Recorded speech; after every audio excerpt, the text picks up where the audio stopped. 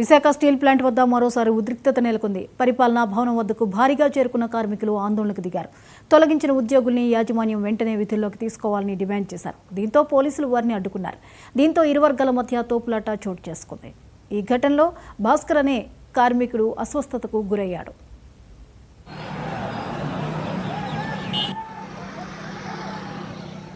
ఈ అంశంపై మరిన్ని అప్డేట్స్ని రీజనల్ కోఆర్డినేటర్ కిరణ్ అందిస్తారు. కిరణ్, విశాఖ స్టీల్ ప్లాంట్ వద్ద మరోసారి ఉద్రిక్తత చోటు చేసుకున్నట్టుగా తెలుస్తోంది, వివరాలేంటి?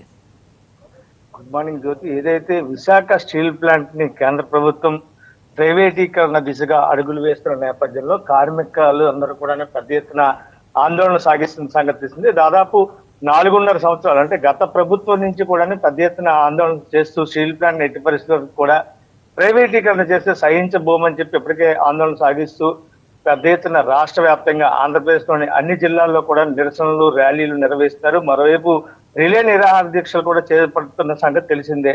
తాజాగా మనం చూసుకున్నట్లయితే కేంద్ర ప్రభుత్వం నెమ్మదిగా ఉన్నటువంటి కాంట్రాక్ట్ కార్మికులు కావచ్చు, శాశ్వత ఉద్యోగులు కావచ్చు, వీళ్ళందరినీ కూడా దశల వారీగా తొలగిస్తున్న ప్రక్రియ.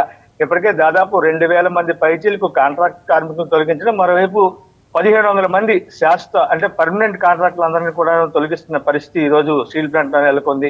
మరోవైపు ఉద్యోగస్తులందరినీ కూడా VRS పేరుతోటి రిటైర్మెంట్ చేయాలని చెప్పి ఇప్పటికే ఒత్తిడి చేస్తున్న పరిస్థితి.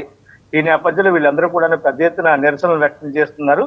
తాజాగా ఈ రోజు మనం చూసుకున్నట్లయితే Visakhapatnam steel plant administrative building ఏదైతే ఉందో అక్కడ నిరసన వ్యక్తం చేస్తూ ఒకసారిగా ఏదైతే పరిపాలనా భవన్ ఉందో అక్కడ ముట్టడించేందుకు ప్రయత్నించిన కార్మికులందరూ కూడా పోలీసులు వాళ్ళని అడ్డుకునే క్రమంలో ఒక భాస్కర్ అనేటువంటి ఒక కాంట్రాక్ట్ కార్మికుడు అస్వస్థతకు గురి కావడం జరిగింది. మరోవైపు మనం చూసుకున్నట్లయితే ఖచ్చితంగా స్టీల్ ప్లాంట్ ప్రైవేటీకరణ చేయబోము, ఏదైతే ప్రైవేటు వ్యక్తులకు స్టీల్ ప్లాంట్ అమ్మాలని చూడడం, నష్టాల ఊపిలోకి నెట్టేందుకు ఇప్పటికే పెద్ద ఎత్తున కేంద్రం చేస్తున్నటువంటి కుట్రలను తిప్పికొడతామంటూ కార్మికులందరూ కూడా నిరసన వ్యక్తం చేస్తున్నారు. ఇంకో పక్క ఇటీవల కేంద్ర ప్రభుత్వం ఏదైతే రివైవల్ ప్యాకేజ్ పేరుతో స్టీల్ ప్లాంట్ కి ఇచ్చిందో ఆ సొమ్మంతా కూడాను బ్యాంకు అప్పులు తీర్చేందుకే సరిపోయిందని చెప్పి ఖచ్చితంగా స్టీల్ ప్లాంట్ కు సొంత గనులు ఇవ్వాలి, లేదంటే స్టీల్ ప్లాంట్ పూర్తి స్థాయిలో నష్టాలను చూపించి దీన్ని అమ్మేయాలి అనేటువంటి ఒక కుట్ర పడుతుందని చెప్పి కార్మికులందరూ కూడాను ఆందోళన వ్యక్తం చేస్తున్నారు. ఏదైతే స్టీల్ ప్లాంట్ పరిరక్షణ పోరాట సమితి ఆధ్వర్యంలో చేస్తున్న ఆందోళన భవిష్యత్తులో ఇది మరింత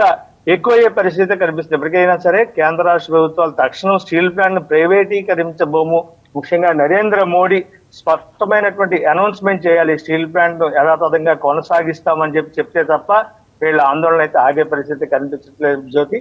కనీసం దీన్ని సెయిల్లో అయినా విలీనం చేయాలి, ప్రైవేట్ పరం చేయకుండా సెయిల్లో అయినా విలీనం చేయాలి, లేదంటే మరింత పెద్ద ఎత్తున నిధులు మంజూరు చేస్తే భవిష్యత్తులో దీని ప్రొడక్షన్ మరింత ఎక్కువ చేస్తామని చెప్పి కాంట్రాక్ట్ కార్మికులను తొలగించి ప్రొడక్షన్ ఎక్కువ చేయాలంటే ఏ రకంగా చేస్తామని చెప్పి కార్మికులందరూ కూడా ఆవేదన వ్యక్తం చేస్తున్న పరిస్థితి కనిపిస్తుంది. అయితే కిరణ్, ఇప్పుడు స్టీల్ ప్లాంట్ పరిస్థితిని ఒక సందిగ్ధావస్థలోకి నెట్టినట్టుగా మనకి కనిపిస్తోంది. ఓవైపు VRSలు, అలాగే ఈ కాంట్రాక్ట్ కార్మికులను తొలగించడం, ఇవి దేనికి సంకేతాలుగా చూడొచ్చు?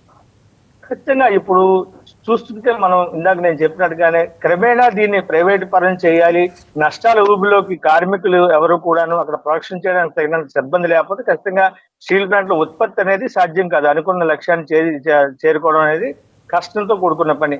ఈ నేపథ్యంలో స్టీల్ ప్లాంట్ నష్టాల్లోకి వెళ్ళిపోయింది, ప్రొడక్షన్ సరిగ్గా లేదు, మీరు చేయలేకపోతున్నారంటే ఒక నెపాన్ని కేంద్రం ఇక్కడ ఉన్నటువంటి ఉద్యోగస్తుల మీద, కార్మికుల మీద, యాజమాన్యం మీద నెట్టేసి క్రమేణా దీన్ని ప్రైవేట్ పరం చేయడం కుట్ర పడుతుందని చెప్పి కార్మికులందరూ చెప్తున్నారు.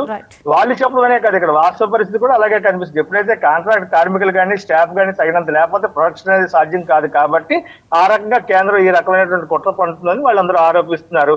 ఇప్పటికి కూడా దాదాపు 4.5 సంవత్సరాలు గడుస్తున్నప్పటికీ కూడాను కేంద్రం స్పష్టంగా మేము దీన్ని ప్రైవేటీకరించము అని మాత్రం చెప్పడం లేదు. దశల వారీగా సిబ్బందిని తొలగిస్తే ఖచ్చితంగా నష్టాల్లోకి వెళ్లే పరిస్థితి కనిపిస్తుంది.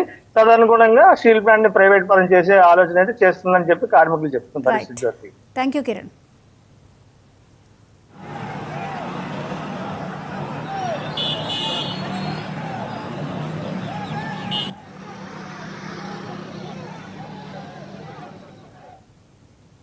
ఇప్పుడు బ్రేక్ తీసుకుందాం.